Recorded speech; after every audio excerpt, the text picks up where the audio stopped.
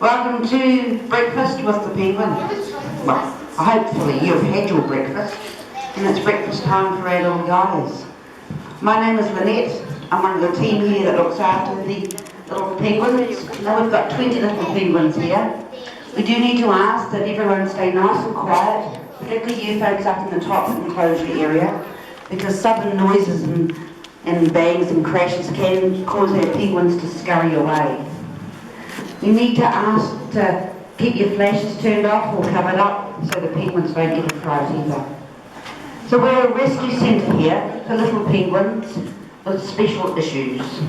We do have 20 little penguins, and if they are familiar to folks from Australia, the little penguins are found over that way as well. You may know them as the fairy penguin. So little penguins are the smallest penguins in the world. And they live all around the New Zealand coastline and the southern coast of Australia. I'm going to be feeding the penguins into the water first, and when they've got full tummies they generally hop out of the water and stand around on the rock and do a bit of foot hopping. And when their tummies are nice and full, I'll then get into the enclosure, have a bit of a sit down and see if we've got hungry penguins, particularly penguins that don't enjoy swimming or have limited eyesight. So of the 20 little penguins here, our youngest penguin is Riley, she's 1, and our oldest penguin is Toto, and last week she turned 25.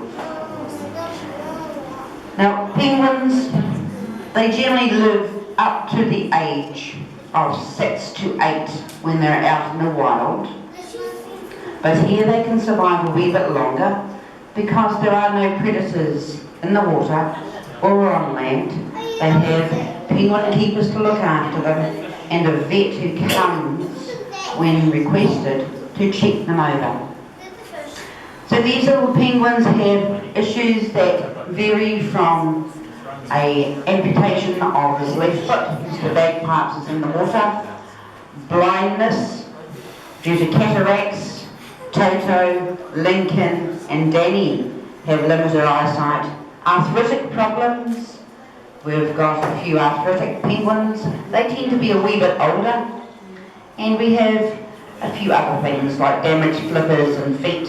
We've got the shark attack survivor, our beautiful Nick. And Nick may be, yes he is, he's right down below me. Nick's got a yellow band on his left flipper. And he is the sought after boy penguin if you are a female penguin who is unattached. So, how do we tell boy and girl penguins apart? Well, pretty hard really. If you just look at a penguin, you wouldn't generally be able to tell whether it's a boy or a girl. There's no long eyelashes or long hair or anything like that. And all of their special parts are tucked away inside. So what do we do? Well, our penguins are rescued, first of all, rescued from the wild, and when they're rescued they go into a rehabilitation facility, and our vet will determine whether our environment is suitable for a little penguin to come and live with us. Now when they do come and live with us, we'll take a tail feather, or 2 or 3, and we'll send it away for a DNA check. Now that DNA check will actually come back and let us know whether the penguin is a boy or a girl and its approximate age. So boy penguins here have flipper bands put on their left flipper, and girl penguins have flipper bands on their right flipper. Do you know why girls are right flipper? Because we are always right, are we not? Yeah, but you like that. It's a good joke, isn't it, Nick? So the little penguins do listen to my voice. I'm one of the 3 penguin keepers here, and they're actually quite comfortable for us to sit down in the enclosure, have our microphone on, and they know that there's a fish bucket, and fish bucket means food. Without the fish bucket, the penguins tend not to be too friendly. So penguins do have a tendency of biting, but with the fish bucket they're a bit more user-friendly. Their beaks are remarkably sharp. All it takes is a bit of a nip, a twist and a pull, normally have a nasty bruise or a torn skin surface. So the little penguins here, you may spot that there's actually quite a variety of colorations and sizes. We've got the little penguins from up top of the North Island. You may spot Tubby and Baby. They've got orange bands on the left and right flipper. We've got two beautiful penguins from the west coast of the South Island. One's swimming around just in the pool at the moment with the fish hanging out of her beak. That's Pedro. And the other beautiful penguin from the west coast of the South Island, he's the guy cruising in the water, missing his left foot. So Pedro and Bagpipes, they're from the west coast of the South Island, and they're very chunky, healthy penguins because there's good fisheries over on the west coast. So Bagpipes is here because his foot got caught up in fishing line, and it got tighter and tighter, and it lost the blood flow to his foot, and it had to be amputated.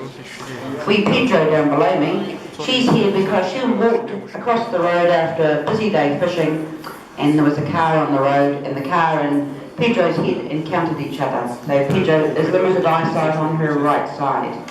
So she comes to the side of the pool because she knows that she's able to get the fish.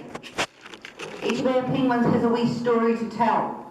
So spot the flipper band, if they have one, and there's a couple of boards around the enclosure, and it has a wee bit of information on our penguins and how they come to be or live with us. Now the little penguin swimming around in the water, she looks as if she's got a very fancy style of swimming.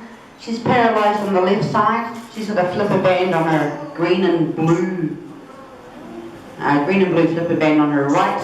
Her name is Marty. So if anyone's from the lower part of the South Island, in particular Dunedin, she's your girl. She's rescued from the Otago Harbour. Born with a paralysis, fledged at 3 months old, and was told by Mum and Dad Penguin to go out and learn to swim and fish all by herself.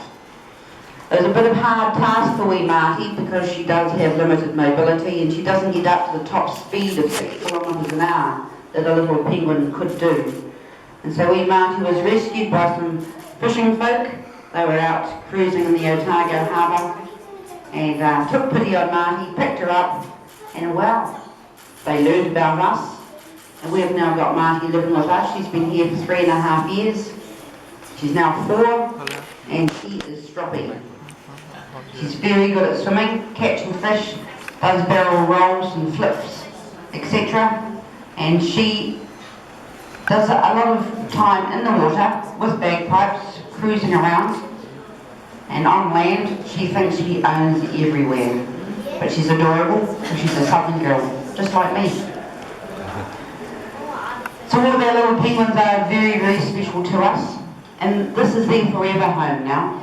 So it's considered that when they are rescued and rehabilitated and cannot be released back into the wild, and they need a nice safe haven, and that's where we come in. So the encounter started in 2007.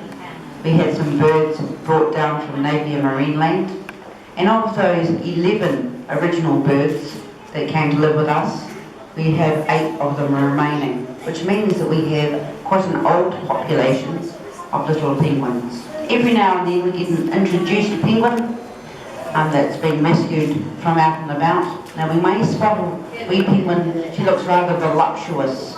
She waddles a wee bit at the moment, and her name is Riley. And she's our latest addition to our family. Riley is a little white flippered penguin, and she was picked up from one of our local beaches, Birdlands Flat, after being attacked by something large and nasty in the water. Now you may spot, as I said, a wee bit of variation in some of our penguins. In Canterbury, we're actually quite lucky because we do have a special subspecies all of our own, and they're called the white flippered penguin. We've got a few very large